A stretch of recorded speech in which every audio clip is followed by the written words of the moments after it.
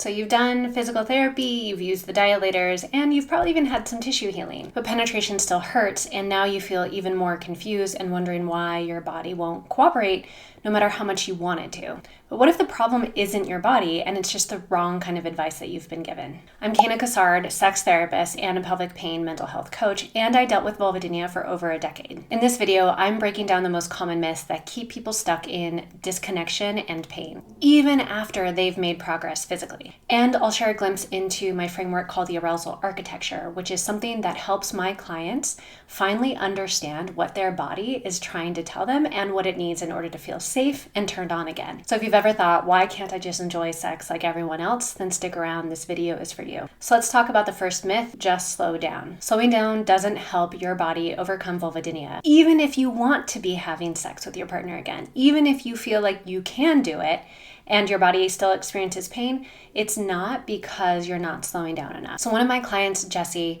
had been going through pelvic floor physical therapy. She was able to get the dilators in, the same dilator size as her partner, yet every time it came to penetration with her partner, she experienced pain. She would say it was like my body would just say no, even though I really wanted it to work and my brain was saying yes, my heart was saying yes, the body was still in a state of feeling unsafe. And when it came to being aroused, when I asked her what turned her on, she said she didn't even know anymore because she had been dealing with pain for so long that the usual routes of arousal had been so wrapped within the concept of pain that they didn't seem arousing to her anymore. And this is the crucial gap that most people aren't talking about. It's the loss of erotic energy and the sense of internal safety. So the tissue might be healed, but the nervous system hasn't told the body that it's safe again. And if you're not feeling safe, you're definitely not going to be tapping into arousal or erotic energy. So when you get the advice, just slow down, it's not really capturing everything that you truly need to rewire the brain system that has kept you safe all of this time. So the second myth that I like to bust is about either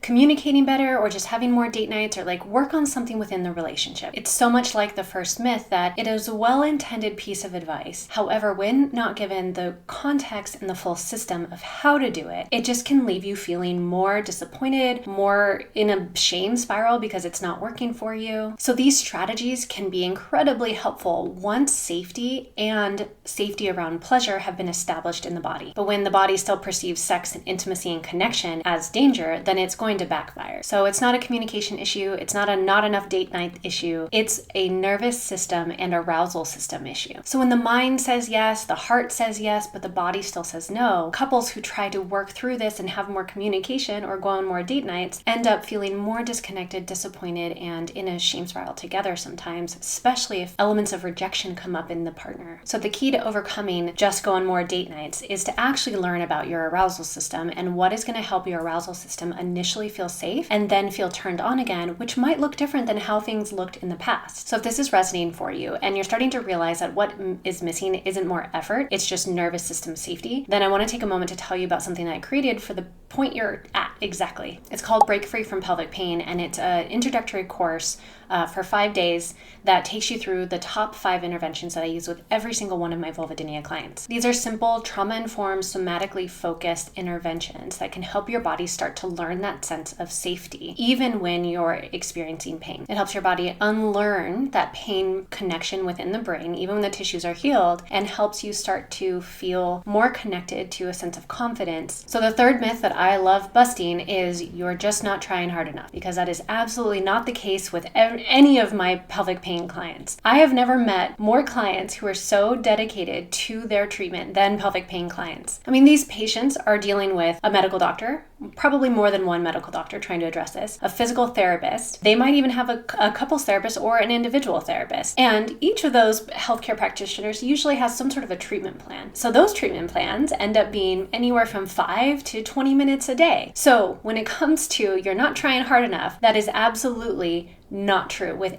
any of my clients. But that concept from either a healthcare provider or our own internal critic is a thing that ends up keeping us like spiraled in that internalized shame. And that is especially true for the perfectionists, the high achievers, the smart, self-aware people who have tried everything, or at least have felt like they've tried everything. The thing that hasn't been taught in any of these processes is ignoring the trauma response that needs to be rewired in order for the body to feel that sense of safety again and to actually trust. So you don't need more random advice or a different kind of exercise or date nights. You need a structured body-based framework that's going to meet you where you are and teach you how to move forward with embodying a sense of safety when it comes to intimacy, connection, sex. So one of the frameworks I use to do exactly that is called the Arousal architecture. It's an assessment. It takes about 10 minutes to do. You can take it online. It's designed to help you figure out your unique pathways to resilience, pleasure, desire, safety, all without the pressure to perform or needing to be fixed. So what I do is I break this down in 5 different dimensions. Those are the dimensions that influence your arousal. Most of us are used to the sexual dimension, sexual stimulation dimension. Those are our typical everyday things that we think should turn us on. The others are mental,